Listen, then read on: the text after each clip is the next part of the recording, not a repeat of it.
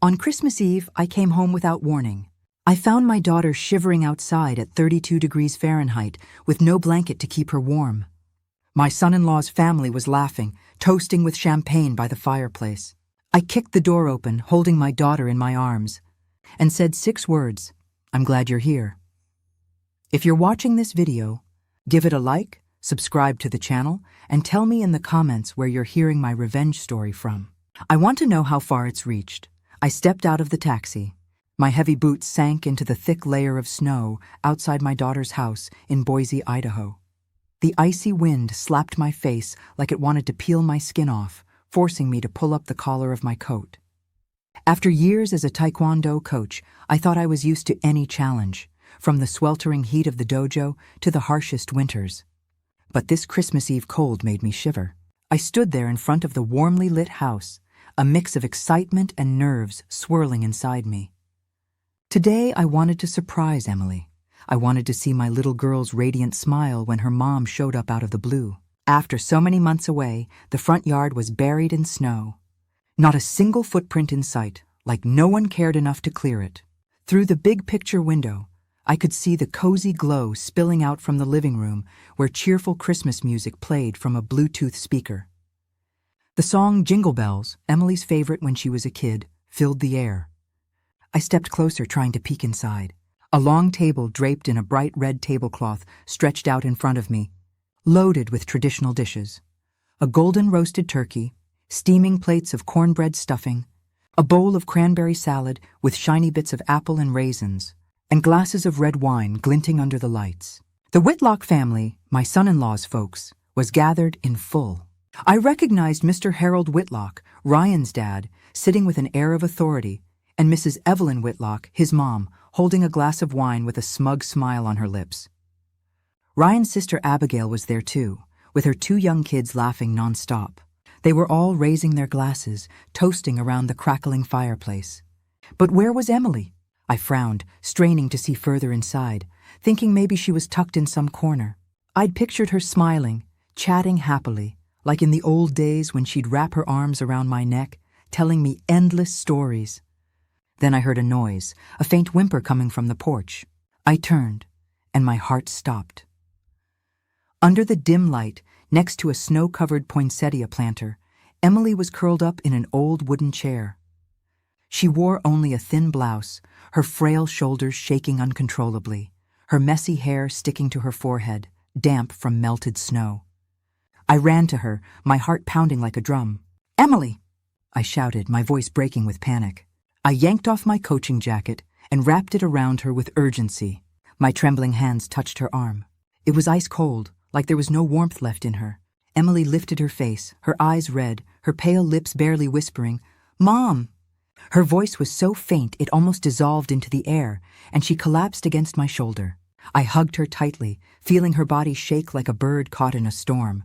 "I'm here, sweetheart. I'm here," I whispered, trying to sound calm, though tears burned in my eyes. I pulled an extra sweater from my bag and wrapped it around Emily, trying to share some of my warmth. I lifted her in my arms as her soaked slippers fell into the snow, leaving a messy trail. I held her close, feeling her weak breath against my neck. In that moment, all I wanted was to get her out of there, away from the biting cold, away from whatever had brought her to this state. But then from inside the house, the laughter kept going, careless and cruel. I clearly heard Ryan's deep voice, smug and boastful, bragging about something. The whole table erupted in laughter, and the clinking of glasses sounded like distant, eerie music. They were happy, cozy by the fireplace, while my daughter, my own flesh and blood, was trembling outside in the cold, like she didn't deserve to be in that house. Just a few hours ago, I was at the Boise airport, still sweaty from a week of coaching the national Taekwondo team. The heat of the mats seemed to linger on me, even as I stood in the chilly airport lobby. I dragged my old suitcase, so excited I could hardly stand still, imagining Emily's face lighting up when I showed up unannounced on Christmas Eve. My heart was racing. She'd always been my light, ever since she was a little girl, clinging to my legs, begging for one more bedtime story, growing into a sweet young woman whose smile could melt away my toughest days. But my job as head coach took me from place to place, Seattle, national tournaments, stealing moments with Emily. Every time I left, I told myself, just one more tournament, then I'll be with her. And now I was here, ready for a Christmas reunion I was sure would make her happy. I sat in the airport waiting area for the short drive to the Boise suburbs, pulling out my phone to call Emily. I wanted to hear her voice, make sure she was home. The phone rang and rang, each tone tightening my nerves. No answer. I frowned, thinking maybe she was busy preparing Christmas dinner with the Whitlock family. I called again, then once more. Always the same. Silence. A knot of unease settled in my chest, spreading like ink on paper. I sent a text. Mom's on her way. You home? I stared at the screen, waiting for the little blue check mark. Nothing came. I tried to shake off the bad feeling, convincing myself she'd left her phone somewhere or was distracted decorating the Christmas tree like she did every year. The plane had landed in Boise after dark. I dragged my suitcase out of the airport, and the winter night's cold hit me hard, sinking into my skin. Families were hugging, laughing, heading to midnight mass. A dad carried his little girl on his shoulders. She held a candy cane and giggled happily. I watched them, a lump tightening in my throat. I'd carried Emily like that too, held her hand through streets twinkling with Christmas lights. But now I was alone, pulling a heavy suitcase. Stepping out of the airport with an indescribable loneliness, I flagged a taxi and, with a voice hoarse from exhaustion, said, "Take me to Meadow Creek, 12th Street." On the way, traffic was slow. The streets packed with people bundled in coats and scarves, heading to church for Mass. I stared out the taxi window at the warm lights glowing from houses along the road. Church bells rang faintly in the distance, mixed with a choir singing Silent Night somewhere nearby. I smiled, picturing Emily busy in the kitchen, making the mashed potatoes she'd learned from me. When the car stopped at an intersection, I glanced outside and spotted a group of cops directing traffic. Among them, I recognized Jake, a former student from my days teaching taekwondo at the local community center. He stood tall, confident in his police uniform, but still had that same kind smile. I rolled down the window and shouted, "Jake!" He turned, his eyes lighting up as he recognized me. "Miss Rose, you're back," he exclaimed, adjusting his police cap. I smiled, trying to hide my exhaustion. "Yeah, just finished training in Seattle. You still working in Boise?" Jake nodded, his smile bright. "Yep, traffic cop now. You here for Christmas with family?" "With Emily," I said, my heart warming at the mention of my daughter. But then Jake's face froze. His smile faded. A flicker of doubt passed through his eyes like he wanted to say something but couldn't. A bad feeling sparked in me like a flame starting to spread. "What's wrong, Jake?" "Something up?" I asked, lowering my voice. He shook his head, forcing a smile. No, it's nothing, Ms. Rose. Just glad you're back." But his eyes betrayed worry. I wanted to press him, but the light turned green. The driver hit the gas, and the car pulled away, leaving Jake watching me from the street, gripping the brim of his cap tightly. As we neared Emily's house, I asked the driver to stop a short distance from the gate. I wanted to surprise them, to see Emily's face when she found me standing at the door. I grabbed my suitcase and walked through the snow-covered path, my boots leaving deep prints. The golden glow from the houses around shone like lit candles. From a distance, I heard a guitar and singing coming from Emily's living room. I smiled, picturing her singing like when she was a kid, standing by my side, belting out Winter Wonderland with that clear voice. I left my suitcase on the step, took a deep breath, and got ready to knock. But then a mocking laugh cut through the air, sharp as a knife. I froze. My hand hovered, not touching the door. Mr. Harold Whitlock's deep, gruff voice boomed clearly. "That's what they call a daughter-in-law. A woman who can't even have kids. 4 miscarriages. Haven't they embarrassed us enough?" His laugh was heavy, dripping with contempt. Then Ryan's voice, cold and cruel, chimed in. Always faking depression, locking herself in her room to do nothing. If it weren't for my parents, I'd have kicked her out ages ago. Another laugh erupted, followed by the clinking of wine glasses. I heard Abigail, Ryan's sister, her tone venomous. "Yeah, totally useless. A wife who can't have kids. What's she good for? Pretending to be sick just to get coddled. Pathetic." Each word stabbed my heart. I stood there paralyzed. My breath caught in my throat. This was how they treated my Emily, my daughter, who dreamed of a happy family, who poured her heart into every meal for her husband. Now they were humiliating her like this. 4 miscarriages, each one leaving her sobbing until she had no tears left during our phone calls. And now they said she was faking it. I clenched my fists, my nails digging into my palms. And that's when I saw Emily curled up in a wooden chair on the porch in just a thin blouse, her head bowed, her whole body trembling in the freezing cold. My eyes blurred with tears. My heart stopped. I scooped Emily into my arms. Her body was still shaking, cold as a block of ice. My hands trembled too, not just from the bitter Boise night, but from the rage burning in my chest. Each step toward the Whitlock's door felt like it carried 1,000 pounds. But I didn't stop. I pounded on the wooden door, my knocks firm, drowning out the Christmas music blaring inside. Jingle bells looped over and over, mocking the painful scene I just witnessed. No one came to open it. I gritted my teeth and banged harder, like I wanted to knock the door down in one blow. Finally, the door swung open. Mrs. Evelyn stood there, a glass of red wine wobbling in her hand. Her lips were painted bright red, glossy under the light. The smell of alcohol wafted from her, but her face wore a forced smile, trying to seem polite. "Hey, Ms. Rose, what a surprise," she said, her voice syrupy but fake, like I was an unwelcome guest. "Why didn't you let us know so we could roll out the red carpet?" I locked eyes with her, not bothering to hide my anger. "Let you know?" I growled, each word hissing through my teeth. "If I'd let you know, how would I have seen this? What did you do to my daughter?" I held Emily tighter, feeling her faint breath against my shoulder. Each breath was a reminder I couldn't let this slide. Evelyn raised an eyebrow, glancing at Emily in my arms with a grimace, like she was looking at something annoying. "Emily just wanted some fresh air," she said, her tone soft but laced with contempt. "Don't make a big deal out of it. It's Christmas. Come in. Don't stand out in the cold." Her words hit me like a slap in the face. Fresh air, while my daughter was practically freezing outside in a thin blouse. Before I could respond, Ryan appeared behind his mother, his shirt unbuttoned, exuding deliberate nonchalance. He held a bottle of wine and shot me a defiant look. "Mom, close the door," he said, his tone dripping with arrogance, chin raised. "Let her stay out there till she gets over it. Who shows up to Christmas dinner acting all fragile to get out of helping?" He let out a mocking chuckle like he'd said something clever. Those words were another knife, not just in my heart, but in Emily's. I felt her body shrink in my arms like she wanted to vanish. From the table, Abigail's voice rang out sharp and venomous. "Exactly. A woman who can't even carry a baby to term. What's she worth? Useless." Her laugh cut like a blade, mixing with the murmurs of others around the table. I heard Abigail's 2 kids, Emily's cousins, run out to the porch, curious. They looked at Emily in my arms, then giggled, whispering to each other, "Aunt Emily's in trouble." Their innocent little voices burned like salt in an open wound. My face flushed with rage.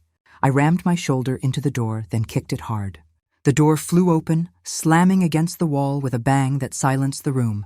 Evelyn's wine sloshed, spilling red stains onto the expensive rug. The Christmas music stopped abruptly, like someone had yanked the speaker's plug. The air in the room turned heavy, suffocating, like all the oxygen had been sucked out. I stepped into the center of the living room, still holding Emily. Each step left a trail of melted snow on the hardwood floor, like marks of rage that couldn't be erased. Every eye was on me. Mr. Harold, his face cold. Evelyn, her fake smile gone. Abigail, her eyes full of disdain. The rest of the family, a mix of shock and annoyance. I felt their hostility in every glance, but I didn't care. Carefully, I settled Emily on the couch, draping my scarf over her shoulders. Her hands were still icy, trembling like the snow's cold still clung to her. I knelt, looking into her eyes, trying to give her some of my strength, though inside I was a storm of fury and pain. The Whitlocks' living room was still brightly lit. The fireplace crackled, but the atmosphere was thick, like everyone was bracing for an explosion. Ryan stepped closer, his face red from the wine, his eyes gleaming with arrogance. He lowered his voice, cold but still smug, like he owned the place. "You don't get to make a scene in my house, Rose," he said, emphasizing my house like he was reminding me I was an outsider. Ryan stood tall, one hand on his hip, his shirt half unbuttoned in a gesture of contempt. But in his eyes, I caught a flicker of uncertainty. He knew I wasn't someone easily intimidated. I shot to my feet, pointing straight at his face, my voice trembling with fury. "No, right?" I snapped. "And you? You think you have the right to throw my daughter out into the cold? To let her nearly freeze to death?" My blood boiled in my head. Every word exploded from my chest. "Is that what you call a husband? Is that what you call family?" I glanced around at the banquet table, the plates still steaming, the wine glasses glinting like they were mocking Emily's suffering. Mr. Harold Whitlock rose slowly from the head of the table, adjusting his suit jacket, his deep voice resonating with authority. Ryan stepped closer, his eyes red from alcohol and rage. He spat his words like he was chewing each one before letting it out. "She fakes depression, fakes pain to do nothing. No one's hitting her. We're just sick of her uselessness." He paused, staring at me with a twisted smile. "Teach your daughter again, Rose. Nobody loses 4 pregnancies in a row. Maybe she did it on purpose." Those words were like a razor blade. They didn't just cut my heart. They tore open Emily's unhealed wounds. I heard her breath catch like she'd been punched in the chest. 4 miscarriages. 4 times she called me sobbing, her voice broken, saying she'd lost the children she could never hold. Each time I could only clutch the phone, helpless from afar, trying to comfort her with empty words. And now Ryan dared to stand in front of me and say she'd done it on purpose. I clenched my fist so hard my nails dug into my palm, blood rushing to my face. He'd crossed a line I couldn't forgive. I pulled my phone from my coat pocket. My hand shook, but I quickly dialed the nearest police station.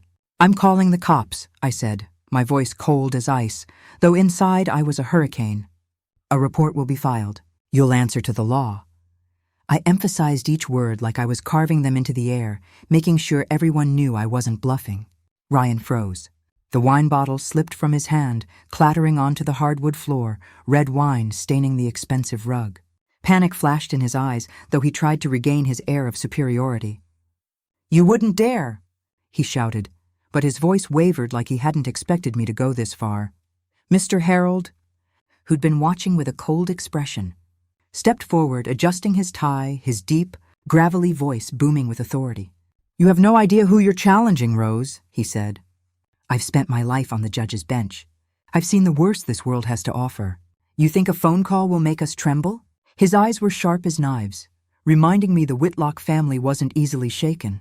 But I didn't back down. I'd seen my daughter shivering in the cold, and nothing, not even Mr. Harold's power, would silence me. Abigail from the table crossed her arms and let out a mocking smile. "Go ahead, make the call, Ms. Rose," she said, her tone taunting. "Let's see who they believe, a crazy old lady or a respected family like ours. You think the police will side with you?" Her venomous laugh rang out, confident I'd fail. Emily, still on the couch, tugged at my sleeve, her voice trembling in a whisper. "Mom, please don't do it. I just want peace." Her red eyes, full of fear, seemed to say she was terrified things would get worse. I looked at her, my heart aching. I knew she was scared of the Whitlocks' retaliation, of more humiliation piling on. But I also knew if I stopped now, Emily would be trapped in this pain forever. I squeezed her hand tightly, trying to pass her some of my courage. "You don't have to be afraid," I said softly but firmly. "I'll protect you. I promise." I lifted her in my arms, snow from her clothes falling onto the rug like pieces of a shattered dream. I ignored the Whitlocks' scornful glares and their muttered threats. All I knew was I had to get her out of that place, out of that cage of cruelty she'd been locked in for too long. As I turned toward the door, I saw Jake through the foggy glass, standing on the porch, his hand resting on his radio, his eyes burning with a hidden fire, ready to act at any moment. I gave him a slight nod, enough to let him know I was ready for the fight. Jake nodded back firmly, his hand still gripping the radio like a promise he'd stand by me. I walked out without looking back. Behind me, I heard Evelyn yelling at the housekeeper to clean the spilled wine on the rug. I heard Ryan slam his hand on the table, muttering a curse. Then Mr. Harold's deep, angry voice echoed as he called someone on the phone. All those sounds were like arrows piercing my back, but I didn't care. I took Emily to my small apartment near the National Training Center, where I'd lived for years as a coach. It wasn't fancy, just a living room with an old couch, a simple kitchen in the corner, and a few family photos on the wall. But to me, it was a safe place where I could shield my girl from the Whitlocks' insults and the cruel cold. I carried Emily to her room and gently settled her on the bed. She was still shivering, though wrapped in my thick coat. I dug through the closet for an old sweater, put it on her, then made a mug of hot cocoa, its sweet aroma filling the chilly air. "Drink this, sweetheart," I whispered, placing the mug in her hands. But she just stared at it, her eyes empty, like she didn't believe she deserved even a bit of warmth. My phone rang, cutting through my thoughts. It was Jake. His voice was deep and steady. "Ms. Rose, I just filed the initial report at the station, but the Whitlocks won't go down easy. They've got influence. You know that. I'm ready to testify as a witness if you need me." I felt the determination in his tone, like a small flame that never dies. Jake, my old student, the one who once stood in the dojo with bright eyes, was now by my side in a different kind of fight. "Help me prepare, Jake," I said, my voice brief but full of gratitude. "This could be a long battle." He replied with a simple, "I got it, coach. I'm here." The next morning, I took Emily to a therapist in downtown Boise. Dr. Linda Carter, an older woman with a kind gaze, welcomed us into a cozy office. After talking with Emily, she looked at me, her voice heavy and sad. "She's suffering from severe depression, Miss Rose. 4 miscarriages combined with constant insults from her in-laws have crushed her confidence.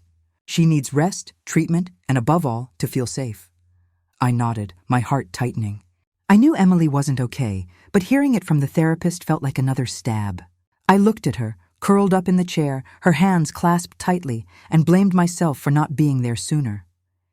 That afternoon, Jake stopped by the apartment out of his police uniform, carrying a bag of fruit and some old cookbooks. He set them in front of Emily, hesitating. "I know you like cooking," he said. "Thought maybe starting small, like a pie or some chicken noodle soup, might make you feel better." His voice was gentle, but I saw the worry in his eyes. Emily lowered her head, clutching the edge of her blouse, and murmured, "Thanks, but I don't think I can do anything anymore." Her words pierced my chest like a needle. Jake's face fell for a moment, but he didn't push her, just nodded quietly. He left the bag on the table and turned to me. "Miss Rose, whatever you need, just say it. I've got your back." That night, after Emily was asleep, I sat at the kitchen table under the dim light. Surrounded by papers, I heard a noise outside, then saw a thick envelope slide under the door, silent as a quiet threat. I opened it. Inside was a handwritten note, the letters messy. "Don't mess with the Whitlock family if you don't want to end up as miserable as your daughter. Give up." My blood boiled as I read it. I crumpled the paper and threw it hard into the trash, the sound breaking the silence. That threat didn't scare me. It only fueled me. They thought I'd back down. They were wrong. That same night, I started organizing all the proof of money I'd sent Emily over the years. Bank receipts, messages with my notes of love. Each was evidence I'd always tried to support her. Even though Ryan and his family had squandered most of it, every paper was a memory. The times Emily called, her voice shaky, saying she wanted to buy something for the house, only for Ryan to tell her it wasn't needed. I gripped the pen so hard it nearly snapped. I'd trusted Ryan. I thought he'd take care of my daughter, but he only saw her as a tool, and when she stopped being useful, he discarded her without mercy. Emily woke up in the middle of the night. She stumbled out of her room, legs trembling, and saw me at the table, buried in papers, my eyes tired but full of fear. "Mom," she whispered, her voice breaking. "I'm scared. I'm scared they'll do something to you." I looked up, saw her red eyes, and felt my heart being squeezed. I stood, walked to her, and hugged her, feeling her fragile body in my arms. "You don't have to be afraid," I said firmly, though inside I was a knot of nerves. "From now on, I'm the one who will protect you from everything. I promise." I took Emily back to bed, staying by her side until she fell asleep. But I couldn't sleep. I returned to the kitchen table, kept sorting papers, and made a list of what needed to be done. I called an old lawyer friend who'd helped me with a case tied to the taekwondo team. He promised to look into it, but warned me. "The Whitlocks have a lot of pull in Boise, Miss Rose. They know people in the courts. Get ready for a long fight." I nodded, though he couldn't see me. "I know," I said, "but I'm not stopping." The weeks preparing the case felt like an endless nightmare. Every night, under the dim lamp in my small apartment, I reviewed page after page, rereading every bank receipt, every medical report about Emily. Those cold numbers and letters were proof of my love for my daughter, but also a painful reminder of everything she'd suffered. Finally, the first day of the trial came, and I felt like I was stepping onto a taekwondo mat. Emily and I entered the Boise courthouse. The morning chills seeped through my thick coat. I held her hand, feeling her icy fingers tremble in my palm. Her eyes were red with dark circles showing sleepless nights.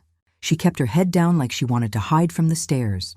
I stood tall, trying to be her rock, though inside I was just as shaken. "I'm here," I whispered, squeezing her hand gently. She nodded weakly, but her empty eyes showed she'd given up the fight long ago. The Whitlock family was already there early. Ryan, in a sharp gray suit, carried himself like a confident lawyer. Before the trial, he sat, adjusted his tie, and shot us a scornful glance. Next to him was Mr. Harold, walking slowly, but with a gaze sharp as a blade. He flashed a confident smile, like he already knew the outcome. In the family row, Evelyn and Abigail sat primly, dressed elegantly, whispering occasionally and throwing us looks.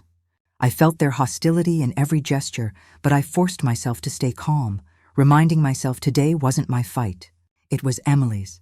Jake was there, too, sitting in the spectator section in his police uniform. He gave me a slight nod, his steady gaze like a promise he wouldn't abandon us. His presence made me feel less alone, like I had an ally in this battle. I nodded back, silently thanking him for being there from that terrifying Christmas Eve to this day. The trial began. My lawyer, Mr. James, stood and presented each piece of evidence clearly. He showed the bank transfers I'd sent Emily over the years, proving I'd always supported her, though most of that money ended up in Ryan's hands. He also presented Emily's medical records with detailed notes from the therapist about her depression. After 4 miscarriages and constant insults from her husband's family, Emily didn't just suffer physically. She was emotionally destroyed, James said, his voice thick with emotion. They treated her like an outsider in her own home. I looked at Emily, her head bowed, hands clasped tightly like she was trying to hold in the pain. I wanted to stand and hug her, but I knew I had to stay strong and let the lawyer do his job.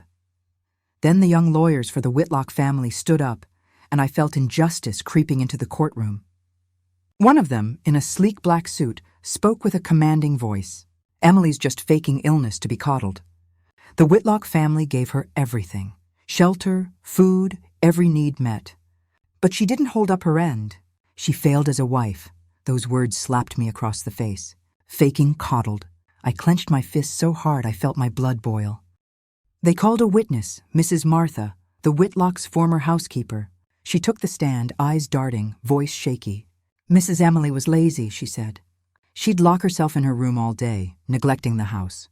I had to do everything, cooking, cleaning." I couldn't believe my ears.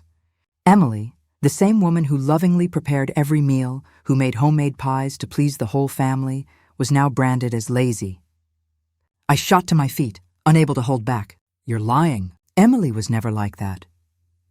The judge, a middle-aged man with a stern face, slammed his gavel and said coldly, "Silence, please." "This is a courtroom." I sat back down, my heart racing, feeling like I couldn't breathe. I glanced at Mr. Harold Whitlock. He smiled, a subtle, smug nod to the judge. An invisible thread between them chilled my skin. Something wasn't right. I felt it clearly. They'd planned this day, and I was just a pawn in their chess game. Emily stayed hunched over, her trembling hands gripping the chair's edge. I saw Jake in the back row, jaw clenched, fists tight, like he was fighting to contain his own fury. Mr. James, our lawyer, pressed on, his voice steady. "We'd like to present key evidence, a recording from Christmas Eve, capturing the Whitlock family's insults and psychological abuse toward Emily." He played the audio Jake had secretly recorded. Ryan's voice boomed, cold and cruel. "She's just faking depression to dodge her duties." Then Evelyn's voice followed. "A woman who can't have kids even if she eats well is useless." And Abigail's sarcastic remark, "She can't even manage to give birth." The courtroom fell silent, only faint whispers breaking through. I looked at Emily and saw her shrink as if those words stabbed her all over again. But the Whitlock's lawyer jumped up, objecting. "That recording is illegal, made without consent. It violates privacy rights." The judge nodded, his voice dry. The recording is inadmissible. I felt the ground open beneath me, clutching the chair to keep from collapsing. The recording, the clearest proof of the Whitlocks' cruelty, was tossed out on a technicality. Murmurs filled the room. Some gasped in disbelief. Others shook their heads, confused. I looked at Jake, his head bowed, fists trembling on his knees. Emily hid her face in her hands, shoulders shaking as she fought back tears. I wanted to lose it, to rush the judge's bench and demand justice. But I knew in that room justice wasn't on our side. Mr. Harold sat there, his gaze calm but arrogant, like he'd known this would happen. I squeezed Emily's hand, trying to give her strength, though I felt defeated myself. After a week of grueling trial days, the final verdict came. I sat in the Boise courthouse holding Emily's hand, her cold, trembling fingers in mine. All week, I'd tried to stay strong, but every night, back at my small apartment, my heart ached with anguish and helplessness. Emily sat beside me, eyes red from sleepless nights, her face pale like life had been drained from her. I gripped her hand, trying to pass her some courage, though I was trembling too. Ryan strode into the room, adjusting his tie like it was just another day. Evelyn, his mother, smoothed her dress and sat upright, lips painted deep red, a confident smile on her face like she already knew the outcome. Abigail, in a flashy outfit, shot us a scornful look. Mr. Harold stood behind Ryan, imposing, his gaze hard, reminding us the Whitlock family always had everything under control. Jake was in the spectator section, still in his police uniform. His eyes were steady but couldn't hide his worry. He gave me a slight nod, a silent promise he'd be there no matter what. I returned a grateful look, comforted by his presence. But when the judge, a middle-aged man with an expressionless face, entered, a chill ran down my spine. The air grew heavy, like everyone braced for an inevitable verdict. The judge spoke, his voice dry and firm. The court grants the divorce request of the plaintiff, Emily Harper Larson, and the defendant, Ryan Whitlock. Those words sparked a ray of hope inside me. Emily broke into silent tears, tears streaming down her cheeks. I squeezed her hand, urging her to stay calm and listen. The divorce was what I wanted for Emily, a chance to escape the Whitlocks' cruel cage. But I knew the ruling wasn't the end. The judge continued, his voice monotonous like reading a report. However, the court does not recognize the claims of domestic abuse due to insufficient legal evidence. As for assets, since Ryan Whitlock contributed more to the marriage's upkeep, the court awards him the majority of shared property. Those words hit like a hammer to my chest. I froze, my breath caught in my throat. No recognition of domestic abuse, insufficient evidence. I remembered the Christmas Eve recording, Ryan, Evelyn, and Abigail's cruel words discarded over a technicality. I thought of Emily's medical records, the bank receipts, all twisted by the Whitlocks' lawyers into evidence against us. Then it hit me. Mr. Harold, with his past as a judge and deep ties in the judicial system, had rigged it. I looked at him, saw him tilt his head slightly, that smug smile still on his lips. It was all fixed. They'd manipulated the ruling, and Emily and I were just pawns in their game. I couldn't hold back anymore. I shot to my feet, my voice breaking with rage and pain. This is so unfair. This isn't justice. My shout echoed, silencing the room. Emily grabbed my hand, eyes wide with panic, but I didn't stop. You saw how they treated my daughter. You heard what she endured, and you still dare say there was no abuse? You dare take everything from her? A guard approached, his voice firm. Ma'am, please sit down, or I'll have to ask you to leave. I glared at him, then at the judge, who sat there, face blank, like my words meant nothing. I sat, hands trembling, feeling the world crumble beneath me. Ryan turned, locked eyes with me, and flashed a mocking smile, adjusting his tie like he'd won a grand victory. Evelyn and Abigail nudged each other, giggling under their breath, making sure I heard. That laughter was a knife plunging deep into my heart. Mr. Harold nodded slowly, his gaze calm, like this was just another case he'd pulled strings on. I looked at them all, one by one, my blood boiling. They hadn't just stolen Emily's justice. They'd stolen my faith in a system I once thought was fair. Emily covered her face with her hands, her body shaking, her muffled sobs tearing me apart. I wanted to hug her, tell her everything would be okay, but no words came. The judge's words echoed in my head like a sentence, not just for Emily, but for me. Jake in the back stood abruptly, glaring at the Whitlocks. I saw veins bulging in his arms, fists clenched like he was holding back a storm of rage. I signaled him to stay calm, though I wanted to scream and break everything in that room. The judge slammed his gavel, his voice sharp. "Order, the session is over. Everyone may leave." The gavel sound was a final period, but for me, it was the start of a new pain. People began to rise, voices murmuring, papers shuffling. But I stayed, holding Emily tightly, her trembling shoulders and sobs breaking me inside. I wanted to comfort her, but my throat closed like words were useless against this pain. The unjust ruling didn't just strip Emily of assets. It took the last shred of my belief that the system would protect her. Ryan sauntered over, his posture smug like he'd won a major victory. He leaned close to my ear, whispering mockingly, "See, Rose, I told you. Don't fight me. You're just a useless old woman." He flashed a crooked smile, eyes gleaming with triumph, then turned to leave like Emily and I weren't worth his time. His words were gasoline on the fire of my rage. My blood surged, veins pulsing. I clenched my fist so hard it hurt, my body taut like a drawn bow, ready to snap. I wanted to lunge to land a punch on that arrogant face to pay him back for everything he'd done to my daughter. After years as a taekwondo coach, I'd learned restraint. But in that moment, all my barriers crumbled. I took a step forward, heart pounding, ready to do something I'd regret.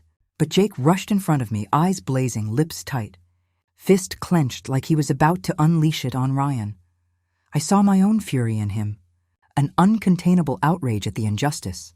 The courtroom buzzed, voices rose. Are they going to fight? A cop throwing punches in court. Some pulled out phones, camera flashes lighting up the tension.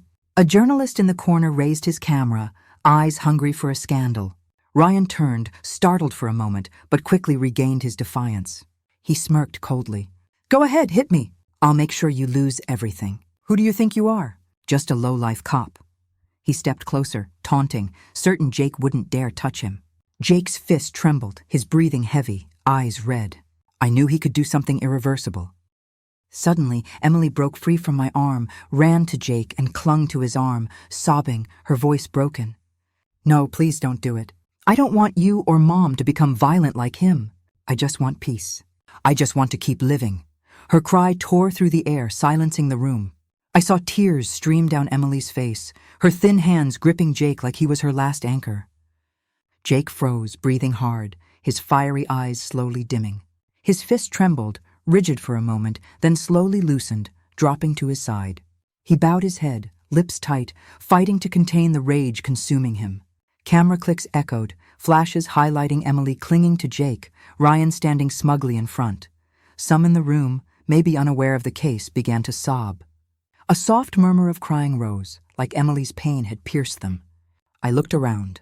A woman wiped tears, a man shook his head in sorrow. But the Whitlocks stood unmoved. Evelyn and Abigail whispered to each other, cold smiles on their lips. Mr. Harold nodded slightly, his authoritative air intact, like everything was still under his control. The judge slammed his gavel, his voice cold. "Order. If this disruption continues, I'll have guards clear the room." The gavel sound was a warning, snapping everyone back to reality. I stepped forward, took Emily, and hugged her tightly. She kept crying, her body trembling in my arms like a lost child. Jake stood beside us, head bowed, lips tight, like he blamed himself for not doing more. I placed a hand on his shoulder, nodding gently, letting him know I understood and was grateful he was there. Ryan adjusted his tie, turned and walked off, his steps heavy with triumph. Evelyn and Abigail followed, their cold laughter another knife in my chest. The room slowly emptied, leaving just me, Emily, and Jake. 3 people sharing the same bitter lump in our throats. I hugged Emily tighter, feeling her weak breath against my shoulder. "Mom," she whispered, voice breaking, "I don't want to fight anymore. I'm tired. Can we just go home?" Those words tore my heart apart. I wanted to tell her everything would be okay, that I'd keep fighting, but my throat closed and no words came. I led Emily out of the courtroom, Jake walking silently beside us, his gaze steady. The faint Boise sunlight streamed through the windows, but it couldn't warm my heart. I knew today's ruling wasn't just a loss. It was a declaration of war. The Whitlocks may have won in court, but I wouldn't let them win in Emily's life. I looked at her, her red eyes holding a tiny spark, like a flicker of hope, however small. For that spark, I swore I wouldn't give up. In the days after the trial, Boise seemed to stir with an undercurrent. Local news started talking. Bold headlines hit the front pages. Whitlock trial, justice bought. Reading those words, my heart pounded like they voiced our pain, Emily's and mine. On social media, the video of Emily clinging to Jake in the courtroom spread fast. The image of my daughter, eyes red, voice breaking, begging Jake not to become violent, touched many hearts. Comments flooded with outrage. The Whitlocks think they can control everything. Emily deserves better than this. Sitting in our small apartment reading those words, I felt a bit of comfort, though the court had turned its back on us. The community's voice was starting to side with Emily. The Whitlocks, despite their legal win, began to feel the cost.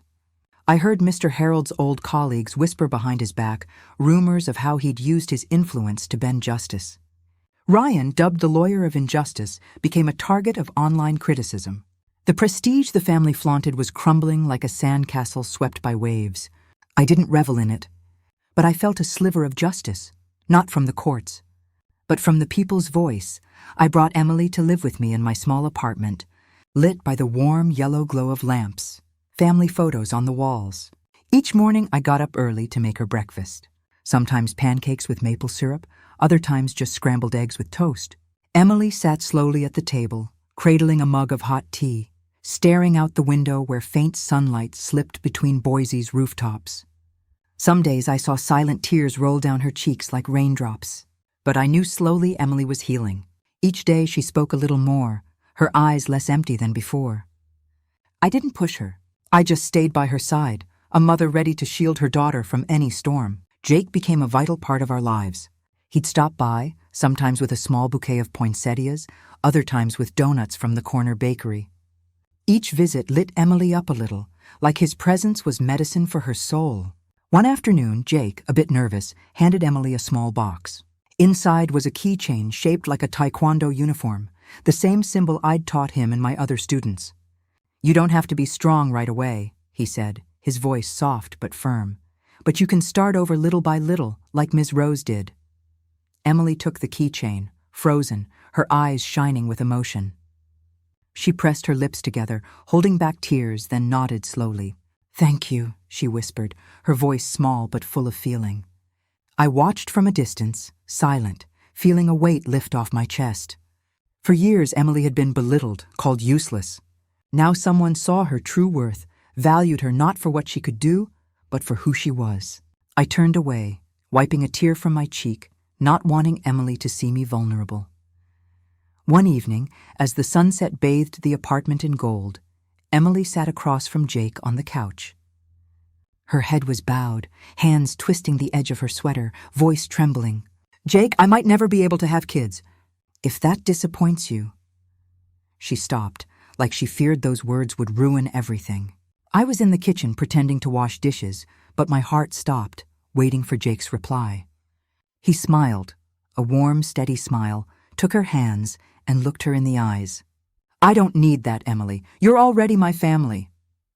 Those words were a gust of warm air, melting the cold lingering in my chest. I heard them with a lump in my throat, eyes blurring. For years, Emily had been humiliated, treated as a failed wife for not having children.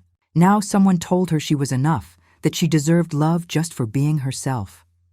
I turned my face, letting tears fall silently, my heart full of gratitude too big for words. Easter came, and I took Emily by the hand to walk through Boise's main square, like when she was a little girl, skipping happily down lit-up streets. The square was alive with children's laughter and the smell of fresh-baked pies from food stalls. Emily wore a light sweater, her hair tied up, and for the first time in months I saw her smile. A radiant spring sun smile. "Mom," she said softly, "I miss these days. I miss when you taught me to make apple pie. When you told me about your taekwondo matches." I smiled, squeezing her hand. "I miss them too, sweetheart, and I'll always be here to make more memories with you." As we sat on a wooden bench watching kids play by the fountain, a simple but profound truth hit me. Justice in courtrooms can be twisted, bought by power and money, but the justice of the heart, love, respect, resilience. No one can touch that. Emily, though she'd lost so much, was finding herself day by day, step by step. And I, a mother who once felt powerless, now knew my greatest strength wasn't in punches thrown in the ring, but in my love for my daughter. Jake showed up with a bag of warm churros, handed one to Emily, and they laughed and chatted like old friends. I watched, my heart full of hope. Emily might never forget the scars the Whitlocks left, but she was learning to move forward, to love herself, to open up to those who truly valued her, and me. At 65, after fighting so many battles, I knew the fight for Emily's happiness was the most meaningful of all. This story is fictional but draws on real-life experiences. Names and places have been changed to protect those involved. We share it not to judge, but in hopes someone will pause and think about how many mothers suffer silently in their own homes. I'm genuinely curious. If you were in my shoes, what would you do? Would you stay silent for peace? Or would you dare to face it all to reclaim your voice? I want to know what you think, because every story is a candle that can light someone's path. God always blesses. I firmly believe courage leads to brighter days. Thanks for staying until the end.